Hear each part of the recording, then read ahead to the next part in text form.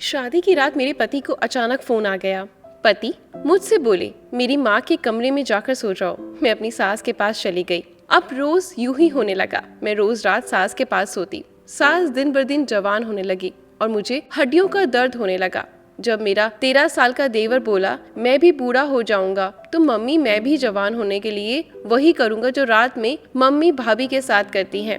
ये सुनते ही मुझे अपने कानों पर यकीन नहीं हो रहा था। मेरे साथ कुछ गलत हो रहा था।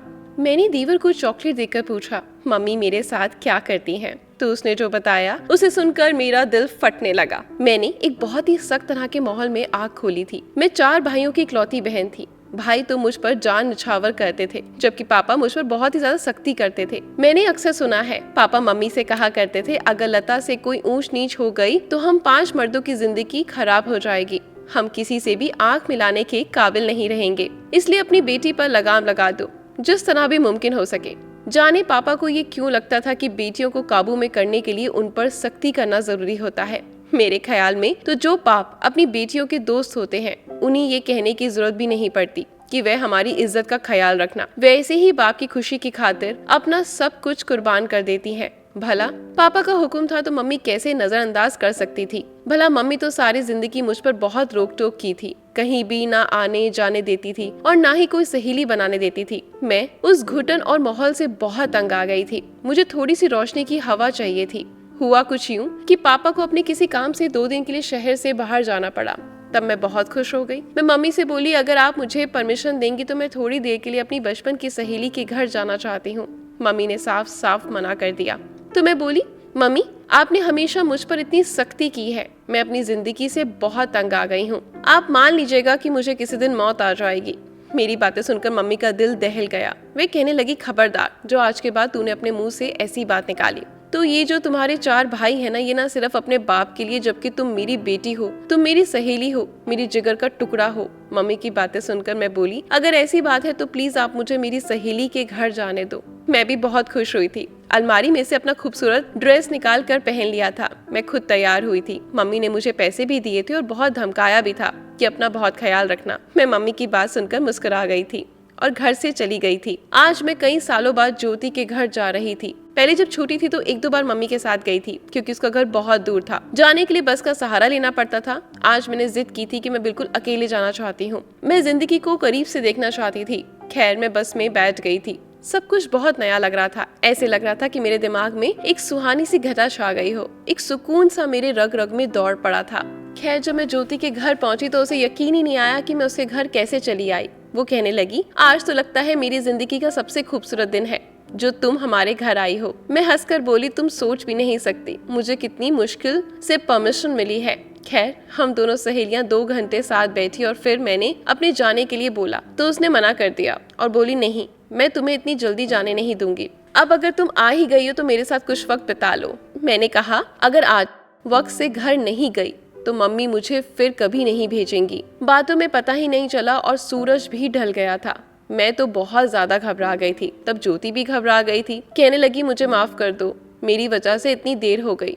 मैंने कहा, कोई बात नहीं ज्योति, मैं मम्मी को तुम्हारे साथ भेज देती हूँ। मैंने मना कर दिया और बोली, नहीं नहीं, मैं खुद चली जाऊंगी। वैसे भी बहुत सालों बाद घर से अकेली निकली हूँ। मैं जिद करके ज्योति के घर अकेली ही निकल आई थी, पर मुझे इस बात का बिल्कुल भी अंदाजा नहीं था कि मेरे लिए कितना खतरनाक साबित हो सकता था। मैं बस स्टॉप पर खड़ी थी जब मुझे महसूस हुआ कि 2 लड़के मुझे घूरे जा रहे हैं। मैं कभी घर से बाहर अकेली नहीं निकली थी, तो ऐसे हालात का सामना करने का सवाल ही पैदा नहीं होता। मैं बहुत ज्यादा घबरा गई थी। वह लड़के मेरी घबराहट देखकर और निडर होने लगे। चलते चलते आकर मेरे पास खड़े हो गए थे। एक बोला, कहाँ जा रही हो? अकेली अकेली? हमारे साथ चलो, तुम्हारे कदमों में दुनिया जहां की दौलतें बिछा देंगे। दोनों लड़के खिलखिलाकर हंसने लगे थे।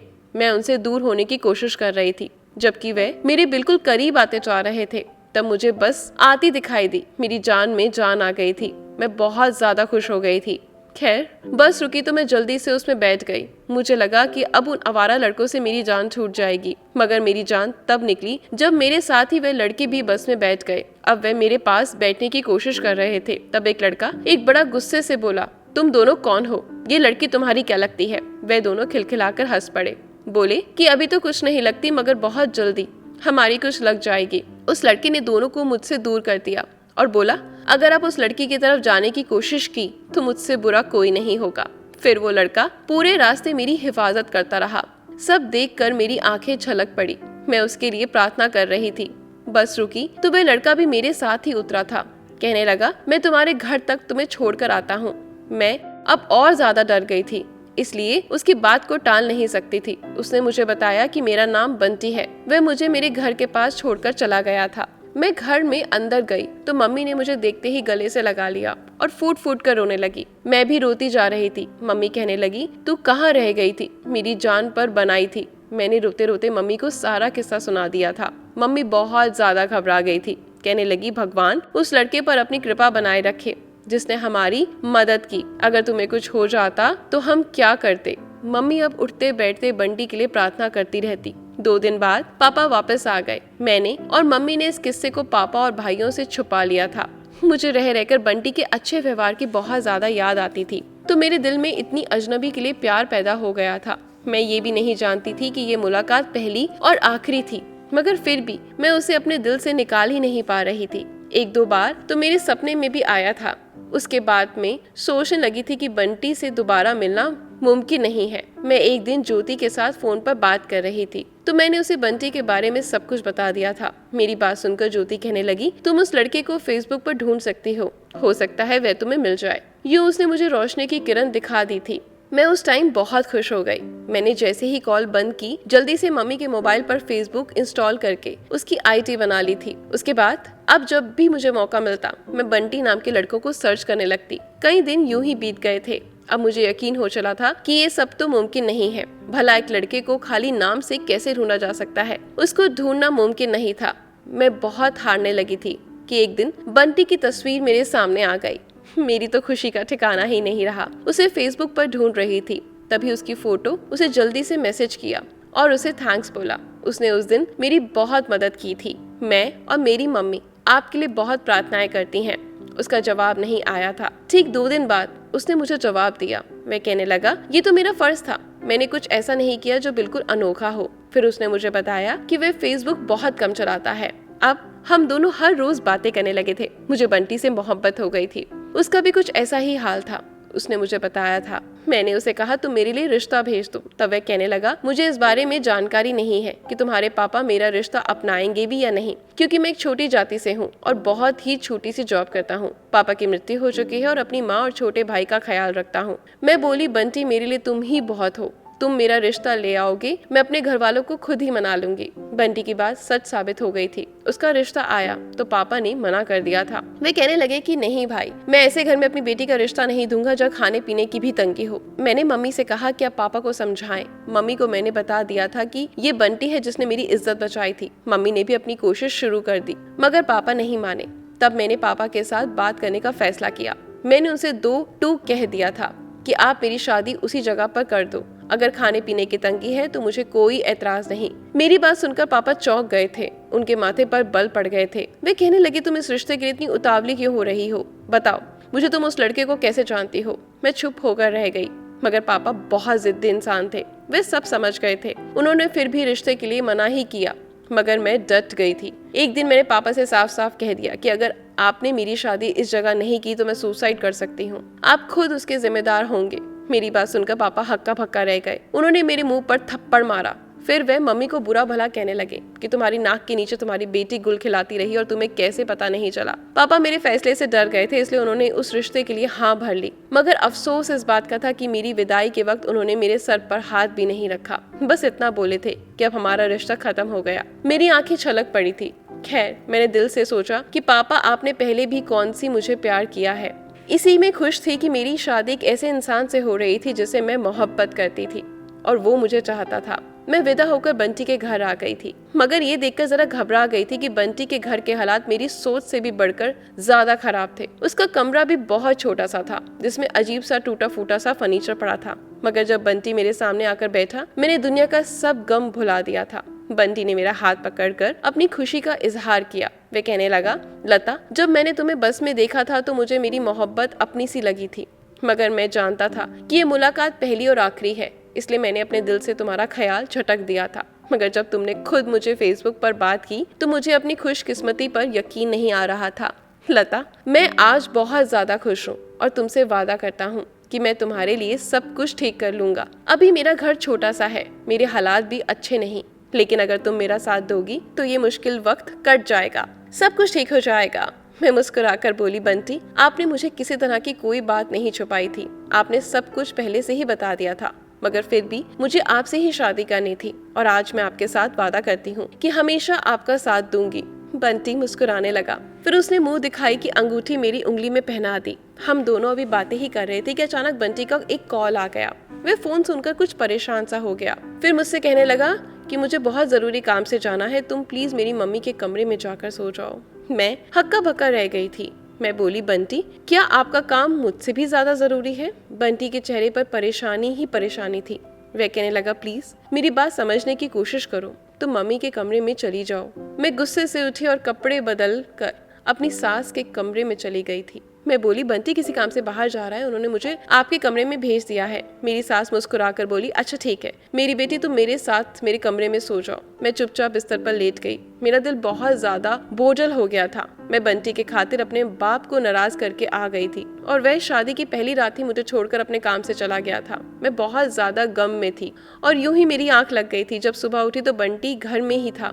मैंने उससे कोई बात नहीं की। बंटी ने मेरे आगे हाथ जोड़कर मुझसे माफी मांगी। तभी कहीं जाकर मेरे दिल से उदासी खत्म हुई। बंटी के घर का माहौल बहुत अच्छा था। वे अपनी माँ के सामने मुझसे हंसी मजाक कर लेता था। मेरा देवर भी मुझे भाभी भाभी कहते थकता नहीं था। मुझे मम्मी की बहुत ज्यादा याद आ रही थी। मेरी मम्मा का भरी दुनिया में मेरे सिवा कोई नहीं था, क्योंकि पापा तो मम्मी से ज्यादा बातचीत नहीं किया करते थे और मेरे चारों भाई पापा पर ही गए थे। वे लोग तो हूबहू बहू पापा जैसी हरकतें किया करते थे। ऐसे में हम दोनों माँ बेटी एक दूसरे का सहारा बने रहते थे। खैर, मुझे यकीन था कि बंटी के संग मेरी जिंदगी बहुत अच्छी गुजरेगी। रात हुई, हम सब ने मिलकर खाना खाया। फिर मैं अपने कमरे में आ गई और बंटी भी मेरे पीछे पीछे आ गया। मुझे इधर उधर की बातें करने लगा। हम दोनों एक साथ बहुत खुश थे। मगर फिर बंटी के फोन पर एक कॉल आया, जिसे सुनकर बंटी बहुत ज्यादा परेशान हो गया। बंटी से ज्यादा तो मैं परेशान हो गई, कहीं वह फिर से मुझे छोड़कर ना चला जाए। मैं दम सा साधे बैठी थी। तभी बंटी कहने लगा, तुम मेरी मम्मी के कमरे में चली जाओ, मुझे काम है। मैं गुस्से से बोली, बंटी, मेरी शादी आपके साथ हुई है, आपकी मम्मी के साथ नहीं। जो आप ये सब कह रहे हैं, आज आपको कहीं नहीं जाने दूंगी। मेरी बात सुनकर बंटी हंसकर बोला, लता, तुमने मेरे साथ वादा किया था हर सुख दुख में मेरा साथ दोगी, तुमने 2 दिन में ही हिम्मत हार ली। मैं गुस्से से बोली, बंटी, मुझे सच सच बताओ, आप मुझे छोड़कर कहाँ जाते हो? बंटी कहने लगा, तुम बिना वजह मुझ पर शक मत करो, मैं बहुत ज्यादा मजबूरी में हूँ। तुम्हें छोड़कर जाता हूँ तो तुम सोच भी नहीं सकती कि मैं खुद कितना बेबस महसूस करता हूँ। बंटी ने मुझे जबरदस्ती ही अपनी माँ के कमरे में भेज दिया था। आज तो मेरी आंखों से आंसू निकल रहे थे। मैंने सोचा था कि बंटी के संग जिंदगी प्यार मोहब्बत से गुजरेगी, मगर यहाँ पर भी अजीब सा लगने लगा था। भला ऐसा कौन सा दूल्हा होगा जो अपनी नई नवीली दुल्हन को अपनी माँ के कमरे में भेजकर खुद काम पे चला जाता होगा? ये सब बातें मेरे दिमाग पर सवार हो रही थी। इसी वजह से मेरी हड्डियों में भी बहुत दर्द रहने लगा था। आज से पहले मुझे ऐसा कभी नहीं हुआ था। मैं तो एक हट्टी कट्टी चुस्त दुरुस्त लड़की थी। मैंने अक्सर मम्मी के मुंह से सुना था कि टेंशन लेने से शरीर में बेजानी सी पड़ने लगती है। कुछ परेशानियां ऐसी होती हैं जो इंसान के जिस्म से सारी ताकत चूस लेती हैं। मैं भी समझ गई थी कि बंटी का रवैया मेरे अंदर से मेरी जान चूस रही है। खैर, मैंने महसूस किया था कि अब मेरी सास बहुत खुश खुश रहने लगी थी, बल्कि अगर यूं कहूँ तो पहले से ज्यादा जवान नजर आती थी। वो भी गलत नहीं होगा। तब मेरे दिल में ख्याल आता था कि क्या पता मेरी सास बंटी की शादी किसी और लड़की से करना चाहती हो, और अब जब बंटी मुझे हर रात मम्मी के कमरे में छोड़कर चला जाता है तो उन्हें दिली दिल तसल्ली मिलती है। मैंने सोच लिया था कि उस बात की तह तक जाकर रहूंगी, मगर मुझे सारी हरकत बताता भी कौन? मैंने अपनी सास से पूछने की कोशिश की, मगर फिर मैंने झटक दिया था। तब मेरे दिमाग में मेरे देवर का ख्याल आता। वह भी छोटा था, सबकी बातों में आकर कुछ भी पूछा जा सकता था। एक दिन मेरी सास मोहल्ले में निकली थी। तब मैं और मेरा देवर चिंटू घर में अकेले थे। चिंटू आंगन में बैठा पढ़ रहा था। मैं उसके पास जाकर बैठ गई और बोली, चिंटू, क्या पढ़ रहे हो? वह बताने लगा, साइंस का टेस्ट है, मास्टर साहब ने बोला है जिस बच्चे का नंबर कम आएंगे तो उसे मुर्गा बनाकर पिटाई करेंगे। मुझे तो बहुत डर लग रहा है, इसलिए आज मैं अपना क्रिकेट का मैच छोड़कर पढ़ने बैठा हूँ। मैं चिंटू की मासूम सी बात पर मुस्कुरा देती। फिर बोली, चिंटू, एक बात बताओ, मुझे पहले क्या बंटी की मंगनी हो चुकी थी? मेरी बात सुनकर खिलखिलाकर हंस दिया। कहने लगा, भाभी, मुझे तो उस बात पर यकीन नहीं आता कि आप इतनी खूबसूरत होने के बावजूद भी बंटी भाई से शादी करने पर राजी कैसे हो गई। पापा के मरने के बाद हमारे घर में बहुत ज्यादा गरीबी हो गई थी और मेरी बहन भी बहुत बीमार है। सारे हालात आपके सामने ही हैं। मम्मी ने 1-2 घरों में बंटी भाई का रिश्ता मांगा था, मगर उन्होंने मना कर दिया था। मम्मी बहुत परेशान रहने लगी थी। अब क्या होगा? फिर एक दिन बंटी भाई ने मम्मी से कहा कि वे एक लड़की को पसंद करते हैं, उससे शादी करना चाहते हैं, इसलिए उनका रिश्ता मांगे। मम्मी बहुत ज्यादा मायूस हो गई। वो कहने लगी, बंटी मैं तो रिश्ता मांग लूंगी, मगर आगे से मना हो जाएगा। तब भाई बोले कि नहीं, इस बार मना नहीं होगा। फिर भाई की बात सच साबित हुई। मम्मी ने आपका रिश्ता मांग लिया और मना भी नहीं हुआ। मम्मी बहुत ज्यादा खुश थी। फिर आप हमारे घर ब्याह कर आ गई।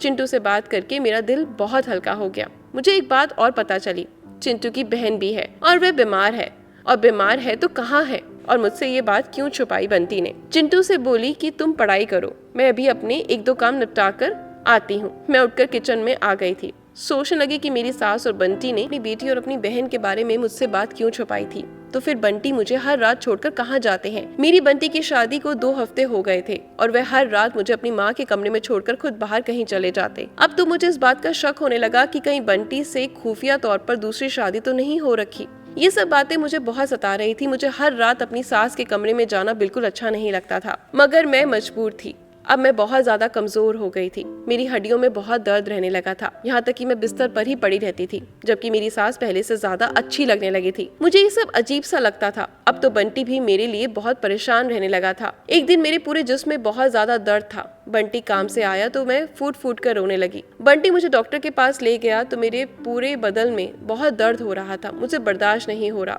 बंटी सोच में पड़ गया और बोला, इस चीज का इलाज तो शायद डॉक्टर के पास भी नहीं था। बंटी अपनी माँ के कमरे में चला गया और जब वापस आया तो उसके हाथ में एक पुड़िया पकड़ी हुई थी। बंटी कहने लगा, तुम इसे खा लो, तुम्हारी हड्डियों का दर्द चला जाएगा। बंटी की इस हरकत पर मुझे बहुत ज्यादा गुस्सा आ गया। मैंने उसके हाथ से पुड़िया पकड़कर नीचे फेंक दिया और मेरी आंखों से आंसू बह रहे थे। मैंने बंटी के आगे हाथ जोड़े और बोली, आपकी एक अच्छाई देखकर सोच लिया था कि आप शायद कोई बहुत अच्छे इंसान होंगे। मुझे आपसे मोहब्बत हो गई थी, तो मुझे लगने लगा शायद आप भी मुझे चाहते होंगे, इसलिए आपसे शादी करने का फैसला किया। मगर आज मुझे लग रहा है कि मेरा फैसला गलत है। मुझे आपके साथ नहीं रहना, मुझे आपसे डिवोर्स चाहिए। मेरी बात सुनकर बंटी हक्का बक्का रह गया। वह कहने लगा, तुम इतनी जल्दी मेरा साथ छोड़ जाओगी, मैंने कभी सोचा नहीं था। इतना कहकर वह कमरे से निकल गया, जबकि मैं फूट फूट कर रो रही थी। शायद मेरे रोने की आवाज कमरे से बाहर चली गई थी। तभी मेरा छोटा देवर मेरे पास आकर बैठा और कहने लगा, क्या बात है भाभी, आप क्यों रो रही हो? मैं रोते हुए बोली कि मेरी हड्डियों में बहुत दर्द है, मुझे कोई डॉक्टर के पास नहीं लेके जा रहा। तब चिंटू बोला, भाभी मम्मी ठीक नहीं कर रही, वे अपनी बेटी की खातिर आपको बीमार कर रही हैं। उसकी बात सुनकर मैं चौंक गई थी और बोली, तुम क्या कह रहे हो? चिंटू कहने लगा, दीदी के खातिर आपको वे मार कर रहेंगी, वे आपके साथ बिल्कुल भी अच्छा नहीं कर रही। मगर मुझे पता नहीं था कि आपको इस चीज में कितनी तकलीफ होगी। मैं तो इस चीज के बिल्कुल खिलाफ हूँ। किसी को अच्छा करने के खातिर किसी को तकलीफ में नहीं देख सकता। मैं बोली, क्या मतलब तुम्हारा? तुम क्या कह रहे हो? एकदम से घबरा गया और उठकर मेरे पास से चला गया। अब मुझे बिल्कुल यकीन हो गया था कि कुछ ना कुछ गड़बड़ जरूर है। इस सब के पीछे मेरी सास का ही हाथ है। उस हकीकत के बारे में सिर्फ मेरा देवर ही बता सकता था। मैंने सोच लिया था कि इस रात से मैं पर्दा हटा कर रहूंगी, मगर मैं देवर से सारी हकीकत कैसे पूछती? मुझे इस बात की समझ नहीं आ रही थी। फिर ख्याल आया, तो वे तो मासूम बच्चा है, अगर उसके सामने अपनी तकलीफ के बारे में बताऊंगी तो उसका दिल पिघल जाएगा।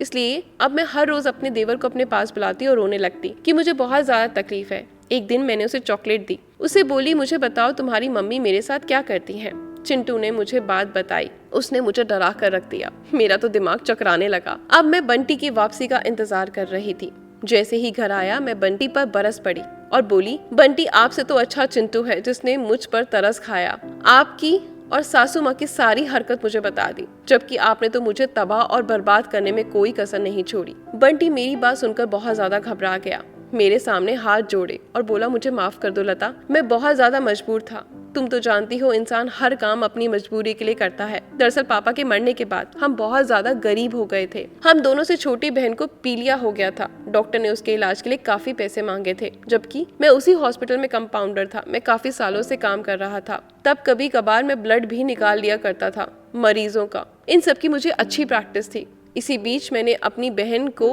वहीं पर भर्ती करवाया। उसको खून की कमी बताई थी, उसी वजह से उसकी मौत भी हो सकती थी। और मेरी माँ शुगर पेशेंट थी, उनका ब्लड नहीं निकाला जा सकता था। और भाई 13 साल का था, उसका भी ब्लड नहीं ले सकते थे। बचा मैं, मेरा ब्लड उसके ब्लड से नहीं मिल रहा था। और फिर भी मैंने अपनी बहन के लिए 2 यूनिट ब्लड दिया था और हमें 4 यूनिट और चाहिए था।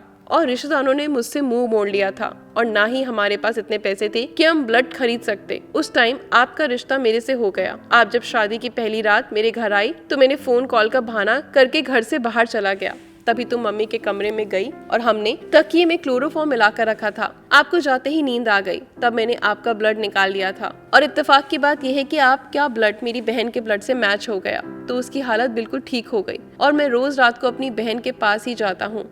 अब वे पहले से बहुत अच्छी है और चल फिर सकती है, बोल सकती है। अब चाहे तो तुम मुझे जेल भेज दो या फिर कैद खाने में। मैं एक अच्छा इंसान साबित हुआ या नहीं ये मैं नहीं जानता, पर मैं इतना जानता हूँ कि मैंने तुमको कोई नुकसान नहीं पहुँचाया। रही ब्लड की बात, तो आप खाओगे पियोगे तो आप फिर से तंदुरुस्त हो जाओगे। आप जाने अनजाने में किसी की जान बचाने में कामयाब रही और माँ मेरी बहन की वजह से बहुत खुश रहती हैं। ये सब सुनकर मेरी आंखों से आंसू नहीं रुक रहे थे। बंटी ने जो कुछ भी किया वह सच में मजबूरी में किया और वह सच में बहुत अच्छा इंसान था। वह हमेशा किसी की भलाई चाहता था। इसलिए उस दिन जब बस में उसने मेरी मदद की थी तो उसी दिन से मुझे ये बहुत अच्छा लगता था। मैंने बंटी को दौड़कर गले लगा लिया और मैंने उसको माफ कर दिया और अपनी सास को भी माफ कर दिया और अपने देवर को भी गले से लगा लिया, क्योंकि वह बच्चा था लेकिन एकदम सच बोलता था। आज मुझे पहली बार अपनी ननद के बारे में पता चला था तो हम उसे हॉस्पिटल से छुट्टी दिलाकर घर ले आए थे और वह भी एक अच्छी इंसान थी। मेरे हॉस्पिटल में जाते ही वह मुझसे गले से लिपट कर रोने लगी और मुझे थैंक्स बोला कि भाभी आपकी वजह से मेरी जान बच गई। आप जब से घर में आई हैं सब कुछ अच्छा ही हो रहा है। आप सच में भगवान का रूप हैं। अब हमारा परिवार एकदम सुखी परिवार है और हम मिलजुल कर रहते हैं। तो बताइए इस कहानी में बंटी ने ठीक किया या गलत, कमेंट करके। धन्यवाद।